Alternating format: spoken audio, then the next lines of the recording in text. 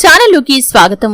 2024వ సంవత్సరం అక్టోబర్ 2వ తేదీన మహాలయ అమావాస్య రోజు సూర్యగ్రహణం ఏర్పడుతుంది.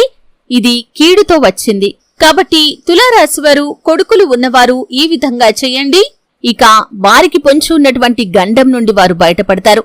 ఎందుకంటే గ్రహణం అనేది కీడుతో వచ్చింది కాబట్టి వారి జీవితంలో అశుభాలైతే కనిపిస్తున్నాయి. అయితే వారు ఎటువంటి అశుభాలు పొందుకోకుండా ఉండటానికి ఖచ్చితంగా ఈ పరిహారం చేయండి. దీనికోసం ఏం చేయాలి, ఏ విధంగా పరిహారం చేయాలి అనేది తెలుసుకునే ముందు మా చిన్న రిక్వెస్ట్ ఏంటంటే, ఇంతకు ముందు కనుక మా ఛానల్ ని మీరు సబ్స్క్రైబ్ చేసుకోనట్లయితే సబ్స్క్రైబ్ చేసుకోండి. అలాగే పక్కనే ఉన్న గంట సింబల్ మీద ఆల్ అప్డేట్స్ ని క్లిక్ చేయండి.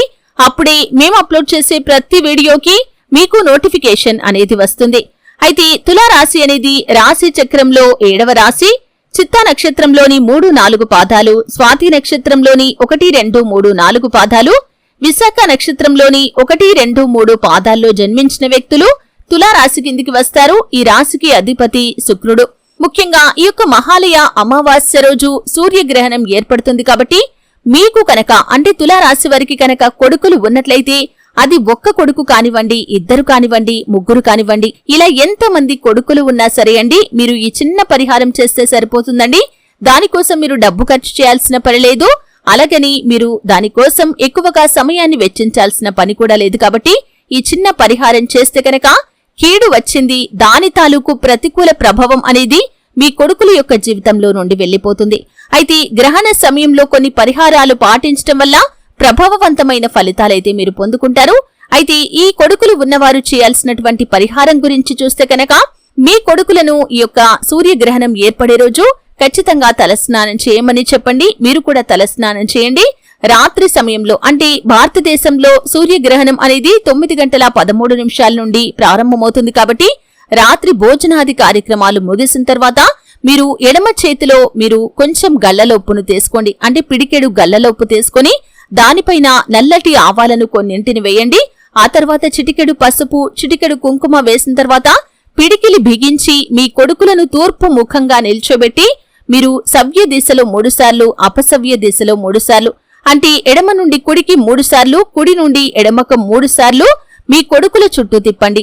అంటే ఒక కొడుకు చుట్టూ ఈ విధంగా తిప్పేసిన తర్వాత దాన్ని తీర్చుకొని వెళ్లి మీరు వాష్ ఏరియాలో కావచ్చు, లేకపోతే మీకు ఏదైనా నిర్జన ప్రదేశం అందుబాటులో ఉంటే అక్కడ కావచ్చు పారబేసేసి రండి. ఒకవేళ ఒక్క కొడుకు ఉన్నవారు ఒకేసారి చేయాలండి. 2 కొడుకులు ఉంటే మళ్లీ తిరిగి అదే పదార్థంతో మళ్లీ దిష్టి తీయకూడదండి.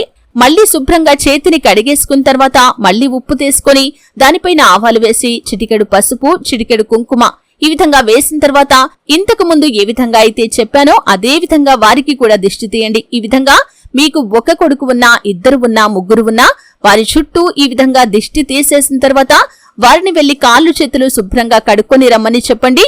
ఈ విధంగా చేస్తే కనుక ఖచ్చితంగా వారిపై ఎటువంటి చెడు ప్రభావం అనేది ఉండదు. కాబట్టి వారి జీవితంలో మీరు ఏ శ్రేయస్సునైతే కోరుకుంటున్నారో ఆ శ్రేయస్సు ఖచ్చితంగా లభిస్తుంది.